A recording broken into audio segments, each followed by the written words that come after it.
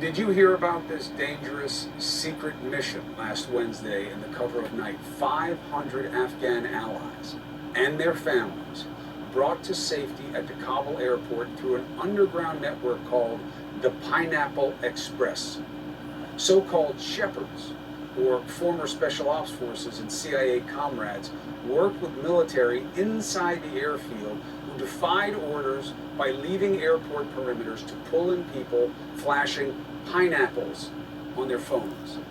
Jason Redman was part of the mission. It's good to have you on Prime Time. I appreciate you, brother. Tell people why you had to do this.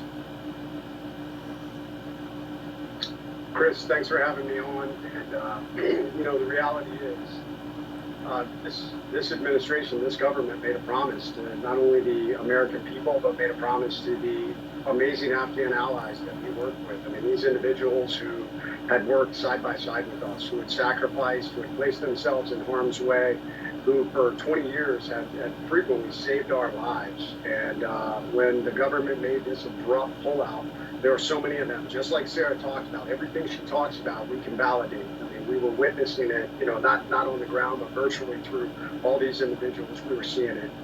And Scott Mann, Lieutenant Colonel Scott Mann, is the founder of the Tee Up Pineapple and came up with this idea to bring out one guy, and they successfully did it. And then everybody else said, you know what, we have individuals. And we said, this isn't right. We need to honor this promise. Honor the promise that this administration made to these people, and that's what we're doing. We are now committed to this. We've gotten out over 650 Americans, Afghan veterans, allies, interpreters, numerous VIPs, and we are continuing to do it. We've had to make a shift now, obviously, with the U.S. government pulling out. This is going to get much more difficult. So what is your biggest concern going forward? It's just like Sarah talked about. We've got a lot of individuals. I mean, we know for a fact that there's at least, from what the State Department is putting out, over 200 American citizens. We're in contact with a lot of them. So obviously, they're our highest priority is to figure out how to get them out. Next to them, we have thousands upon thousands of amazing Afghans. I mean, individuals who were promised that, through our special immigrant visas, that we would bring them to the United States and give them a new life. I mean, many of these individuals are more Americans than some of the American citizens we have. I mean, they have done so much for us, and that's why we said we're going to honor that promise. So moving forward, we really need the support. We need the support of the American people. We need you to go lean on your political leaders. For us, there'll be a time to point fingers, but Task Force Pineapple, we're not interested in that. We're focused on getting these people out. It doesn't matter. It's not a right issue. It's not a left issue. It is, we are not going to leave anyone behind, and that is our goal.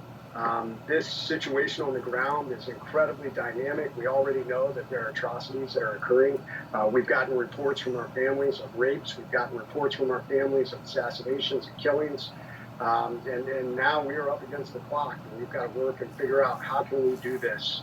So I really hope we lean on our political leaders. We want to work with you. We want to try and help get these people out.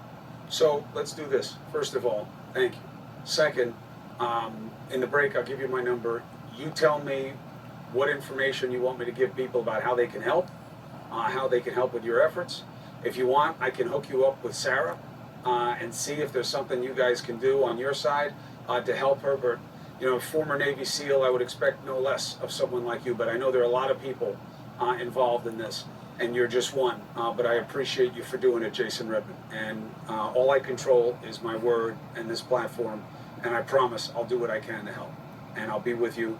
I'll be with you in the break to talk to you about it, Jason. But everybody else, let's take a quick break. And then when we come back, I want to update you on what's happening with Ida. We're just starting to learn how much pain there is in this country. You'll see for yourself right after this.